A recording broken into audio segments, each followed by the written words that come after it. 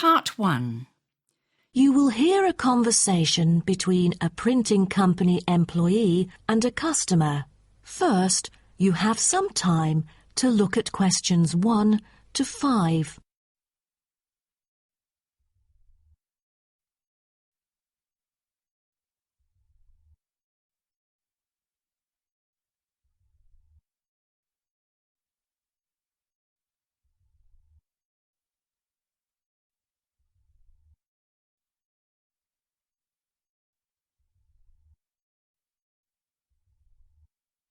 Listen carefully and answer questions 1 to 5.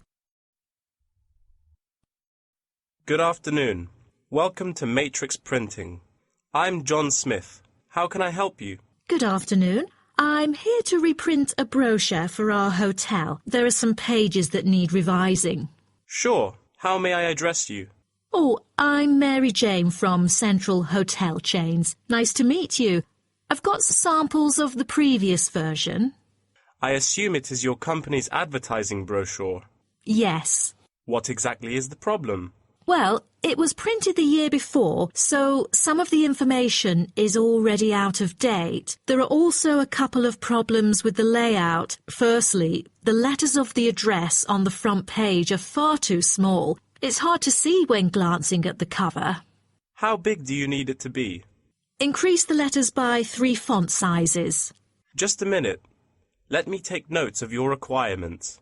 Okay. What else needs changing?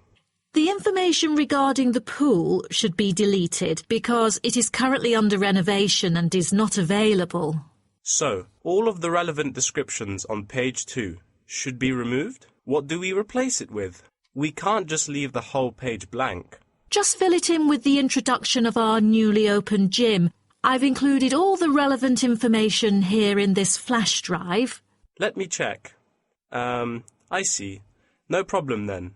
What is also bothering us is that the description under the top photos on page 4 is incorrect. The word lounge needs to be replaced with reception. Fully noted. Is that all? No, there is more. Turn to page 5. We feel that showing merely the picture of our exterior and interior decoration does not fully represent the appeal of our hotel. On second thought, we've decided to use a picture with the view of the hotel. Do you have the original copy of the picture? Yes, it is also enclosed in the flash drive. Okay. We'll re-edit the whole layout of the photos. Great. Before you hear the rest of the conversation, you have some time to look at questions 6 to 10.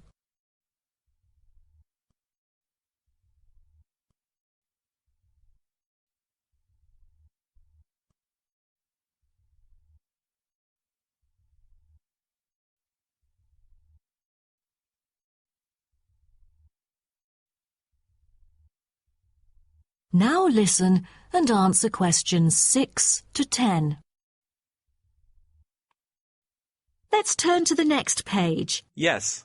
What's wrong with that? It seems perfectly fine to me. At first sight it seems fine, but according to the feedback of the customers, the prices do not stand out. So, we want to change the print from black to red to make it pop out. Okay, I've made notes of all of your requests. Is there anything else? I appreciate it. Just one final request. Could you translate the whole brochure into Spanish? We have customers worldwide, you know, especially those from Latin countries. No problem.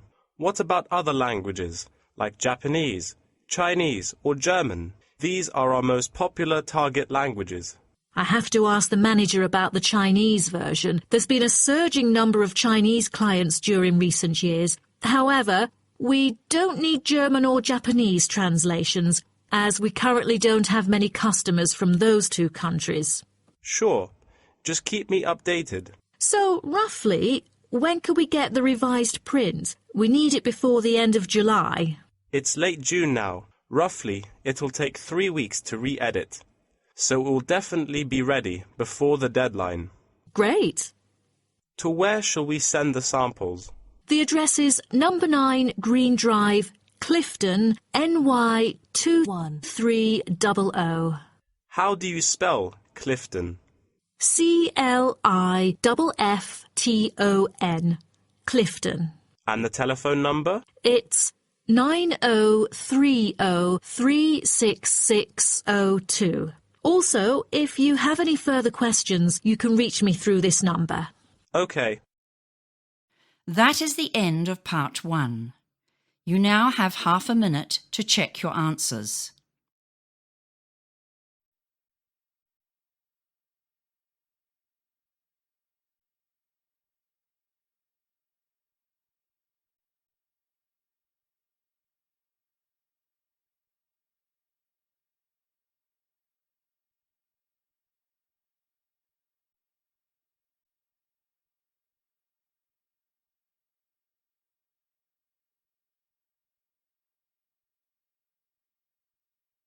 Now turn to part 2. Part 2.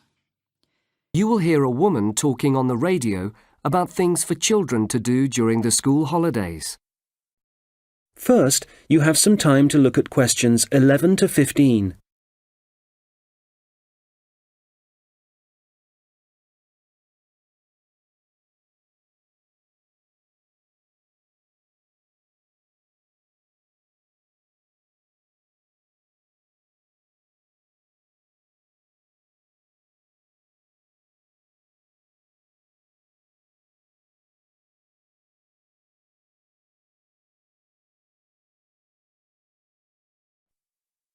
The school holidays are fast approaching, and I'm sure all of you parents out there are worried about how to occupy your children. Well, I have a few tips that may help keep your children entertained without spending large amounts of money. One of our biggest problems is that today's children often do not have the type of hobby that was familiar in the past, such as making their own toys. Instead, they rely on sophisticated video games to keep them amused. But children also like to feel needed, so why not give them jobs to do around the house? You may be surprised how much they will enjoy simple tasks such as washing your car. Another idea is to use this time to develop their cooking skills. Food is something we all enjoy, so why not get them to prepare some simple dishes in the kitchen? Learning to cook is a useful life skill for children to learn, and it can also keep them happy for several hours. Children also love doing arts and crafts, so why not give them the task of making presents for upcoming birthdays or celebrations? Not only will they enjoy making them, but you'll also save some money, and the family or friends who receive the gifts are sure to be delighted. A great idea to get children out of the house is to find out about how they can help in your local community. Perhaps there is a home for the elderly nearby. Before you hear the rest of the conversation, you will have some time to look at the questions 16 to 20.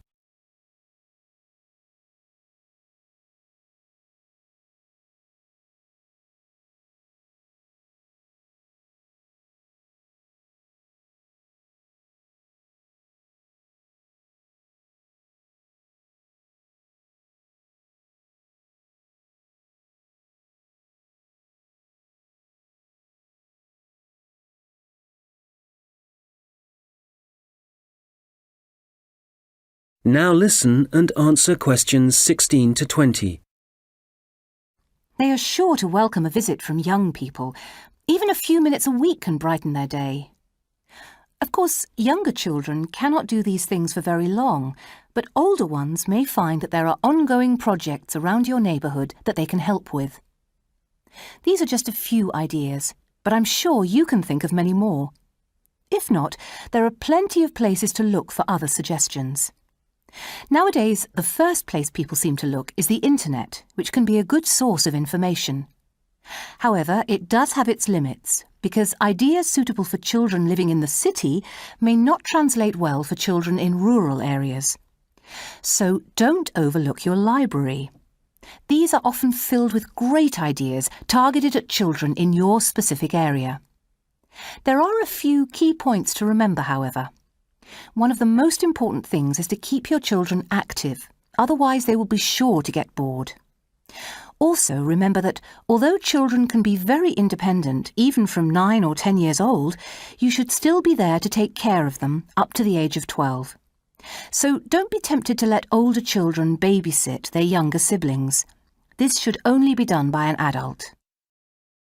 That is the end of part 2. You now have half a minute to check your answers.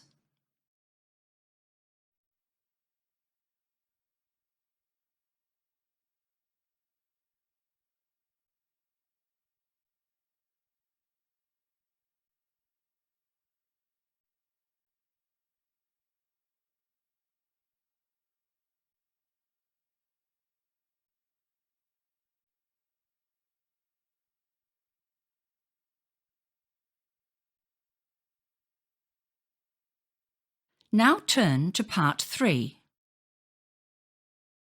Part 3. You will hear a conversation between a student, Dave, and his tutor about a project that Dave has done about work placements. First, you have some time to look at questions 21 to 25.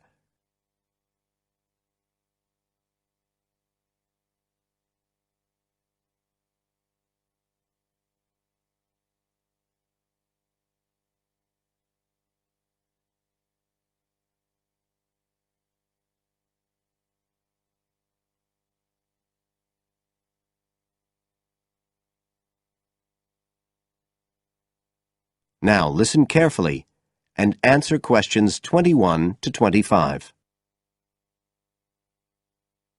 Good afternoon, Dave. Come on in and take a seat. Hi, Dr. Green. Thanks. Oh, hang on a minute. I'll just find the first draft of your project paper and we can have a look at it together. Now, yours is the one on work placement, isn't it? Yeah, that's right. So what made you choose that for your project? Well, I suppose it was because sending students off to various companies for work experience seems to be such a typical part of educational courses these days. I mean, even school kids get to do it. But I felt everyone just kind of assumes it's a good thing. And I guess I wanted to find out if that's the case. But you don't look at schools or colleges, right? You've stuck to university placement schemes. Yeah, well, I quickly found that I had to limit my research. Otherwise, the area was just too big. Do you think that was okay? I think it's very sensible, especially as the objectives might be very different. So how many schemes did you look at? Well, I sent out about 150 questionnaires altogether. 50 of each to university authorities, students and companies. And I got responses from 15 educational institutions and 30 students in 11 individual companies. Great. That sounds like a good sample. And who did you send your company questionnaires to? Well, the idea was to have them done by the students' line managers. But sometimes they were filled in by the human resources manager or even the owner of the company. Right. I didn't find a full list anywhere, so I think it's very important to provide that, really. You can put it as an appendix at the back. Right. I've got a record of all the respondents, so that'll be easy. I hope other things were okay. I mean, I've already put such a lot of work into this project, identifying the companies and so on. Oh, I can tell. I think you've done a good job overall. You now have some time to look at questions 26 to 30.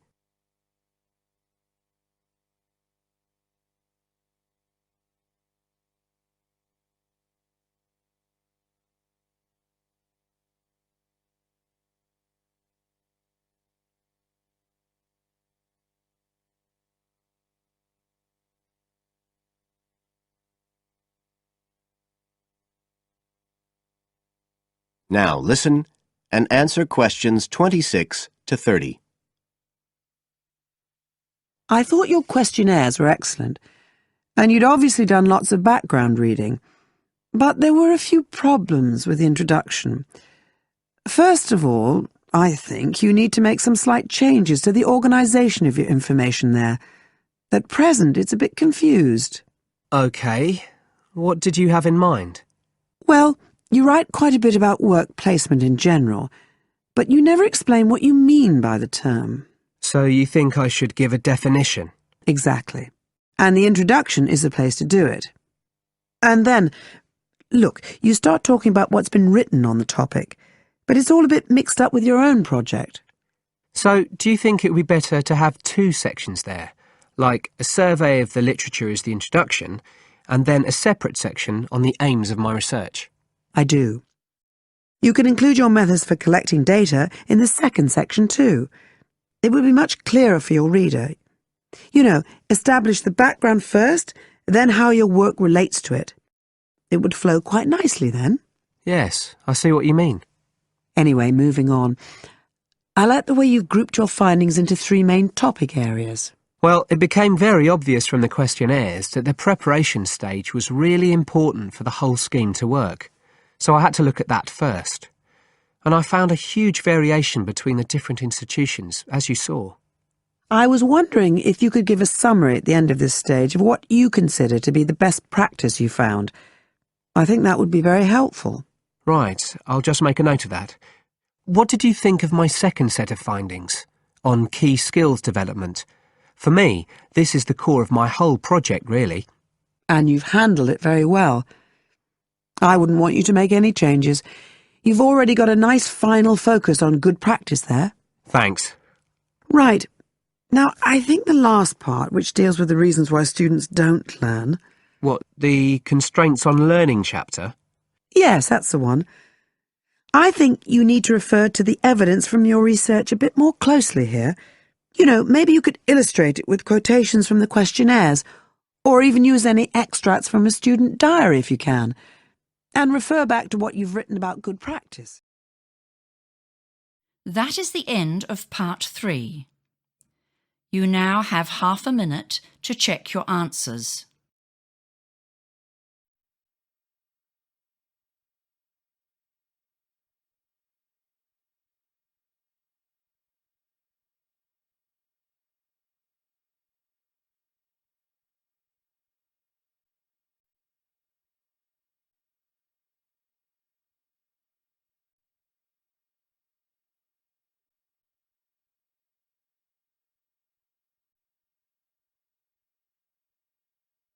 Now turn to part 4.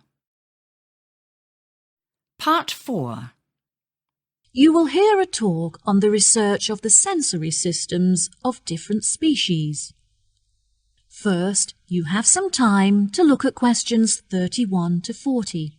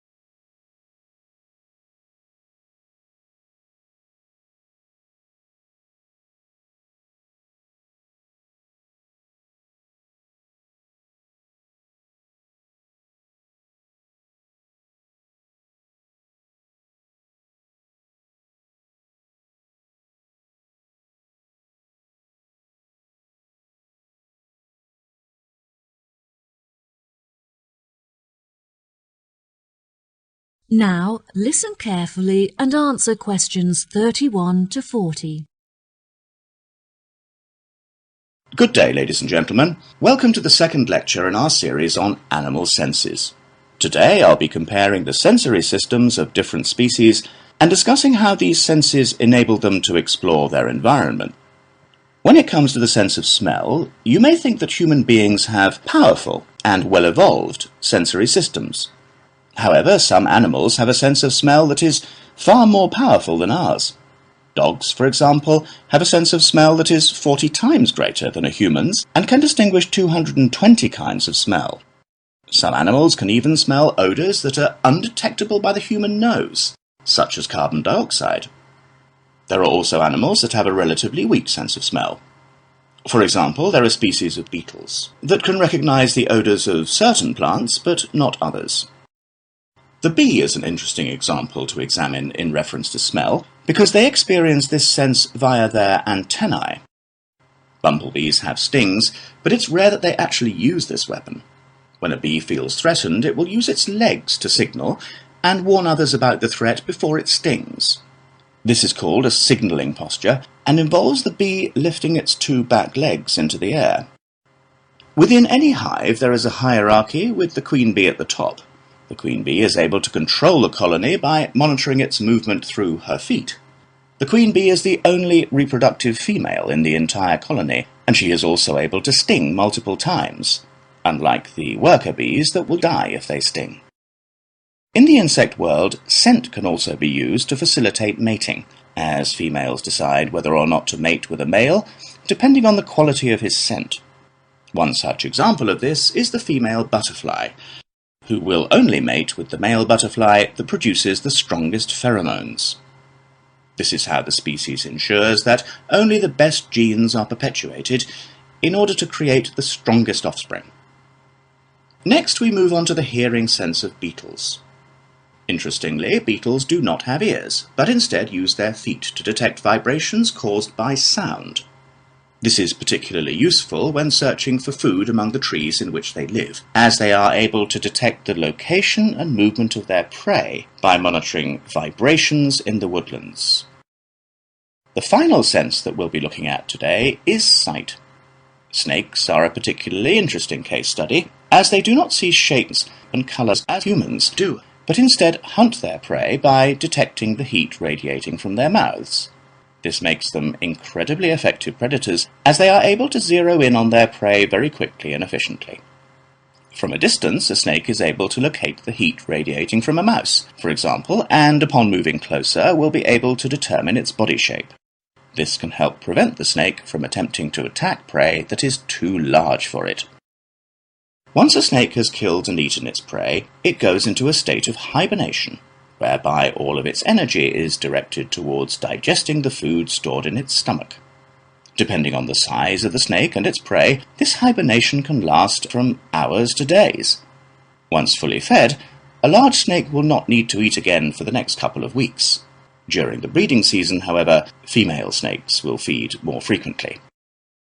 The heat detection of a snake is very complex, and can be even more effective than the vision of a human. It not only uses heat to determine the location of its prey, but before it commits to hunt, it will also use the heat to calculate how much distance it has to travel in order to reach it. This prevents the snake from wasting energy hunting prey that is too far away to catch. That is the end of part 4. You now have half a minute to check your answers.